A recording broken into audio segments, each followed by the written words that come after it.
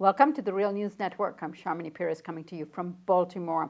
In a rare Oval Office address on Sunday evening, President Obama laid out his plans to deal with the potential terror attacks here in the U.S., like that of San Bernardino, California last week, and he laid out how he plans to deal with ISIS. Let's have a look at what he said. We will destroy ISIL and any other organization that tries to harm us. Our success won't depend on tough talk, or abandoning our values, or giving in to fear. That's what groups like ISIL are hoping for. Now joining us from California to discuss the speech is Norman Solomon. Norman is the author of War Made Easy: How Presidents and Pundits Keep Spinning Us to Death. He's the executive director of the Institute for Public Accuracy and co-founder of rootsaction.org. Now just written an article on the speech itself titled Obama's Speech Translated into Candor. You can find it on the Real News Network in the columns section. Norman, thank you so much for joining us today. Well, pleasure, Sharmini. So, Norman, let me begin with just getting your general take on this speech and the kind of thrust it deposits in our psyche. Well, I think Obama threaded his usual needle, a kind of liberal domestic and liberal interventionist foreign policy. Here's a guy who talks about gun control and doesn't seem very interested in controlling the guns that are pointed at a lot of countries in the world out of the Pentagon. He's talking about the need to curb domestic violence, but as the New York Times briefly in passing noted over the weekend, there have been as many deaths due to white supremacist murder in the United States in recent years as from what gets labeled terrorist, which is to say Islamic fundamentalist murders, about 45 each. So Obama was partly pandering to the right-wing drift of militaristic sentiment in the media these days, but also trying to sort of put a brake on and saying, I'm going to define what the proper response is, which he said included adhering to what he terms our values. And in any of this speech, nowhere does he ever question our current foreign policy towards the Middle East or towards ISIS and what we're doing in Syria. None of that is ever questioned. In fact, it certainly continues to perpetuate the war and wars in the region. Give us a bit of what he said and your response to it in relation to the Middle East.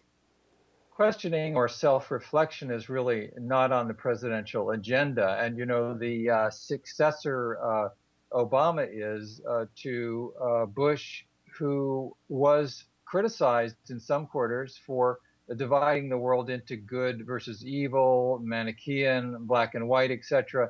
And yet Obama has done in his own style, perhaps less crude, much the same thing.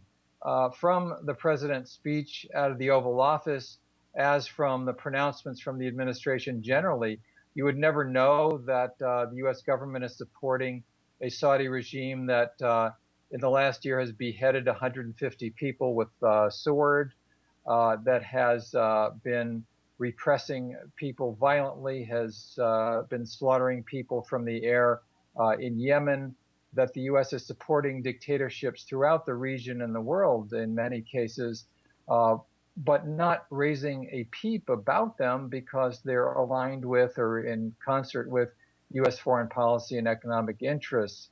So what we're getting, quite contrary to the lofty Cairo speech Obama gave several years ago, is pretty much the same old realpolitik. And so while it's the sort of butter won't melt in my mouth pronouncements coming from Obama out of the White House, the reality is pretty much the same, that Obama has made common cause with dictators and actually those who could be called terrorists in the field, like the al-Nusra Front in Syria, with a fixation out of this administration for regime change. They want to bring down Assad in Syria, but the problem is, among the problems is, that Obama is backing both sides in the civil war in Syria and basically eagerly fighting with shipments of huge amounts of weapons and now some troops on the ground and a lot of bombing, fighting a proxy war, which is terribly destructive for people in Syria and throughout the region. Now, I thought one of the very interesting things you point out, Norman, in your article is the violence here right at home in terms of right-wing terror on civilians in this country, as well as the kind of um, attacks on African American communities in this country. All of that is somewhat ignored because our gaze is really out there in terms of the war, but the kind of war that's going on our premises here, unless it's so-called terror from external sources, we don't actually discuss it. And I thought that was a brilliant point you made, and I was hoping you could elaborate on that. Well, Obama's speech both perpetuates and panders to, internalizes, if you will, the terrifically destructive double standards that are streaming out of the corporate mainline media in the United States, echoed by people in power in Washington. And that is that terrorism is defined very narrowly and selectively. So if a church is set on fire or fire bombed, a church populated by activists, African Americans, then that's not defined as terrorism. When Muslims and people of Asian descent or Middle Eastern descent are maimed and killed because of their ethnicity, their religion, their appearance, that is not defined as terrorism. But when people are killed by those who profess the Muslim faith, then that's terrorism. Those sort of double standards are just so rigorous and absurd and Orwellian that they play into the very forces which the administration claims it's trying to counter. Those in the Middle East who say that the United States is at war with Islam and therefore Islam needs to be at war with the United States. We really have to fight for, struggle for a transformation of media discourse, public understanding, and US government policy so that we have a single standard of human rights, that we don't use the term terrorism manipulatively or selectively, and that we re-examine fundamentally the way in which the United States is engaged in bombing and warfare in literally a dozen countries and more around the world. The rationales are that the leaders of ISIS or whatever are going to be killed and therefore ISIS will be defeated in this case. But the experience, as in Afghanistan with the Taliban, as in Iraq in past dozen years now or so, is that that doesn't work. That when you, even if you set aside, as you should not, the numbers, the large numbers of civilians who are killed, maimed, and terrorized by drones and other US bombing efforts, the fact is when certain leaders are killed of these insurgent and anti-US forces, others are simply promoted to take their place.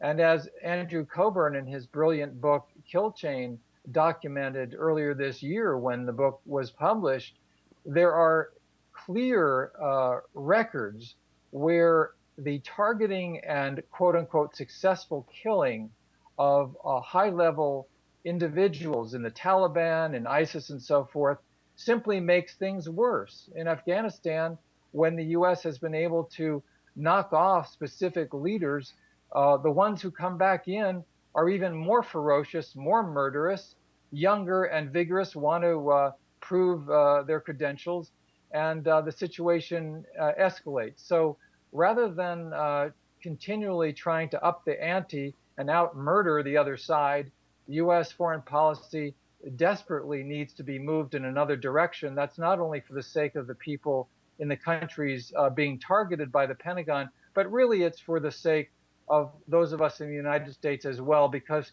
it's true that in essence, what goes around comes around. As the poet W.H. Auden said, those to whom evil is done do evil in return. All right, Norman, that's a good place to end. I encourage all of you to read Norman's article on our column section.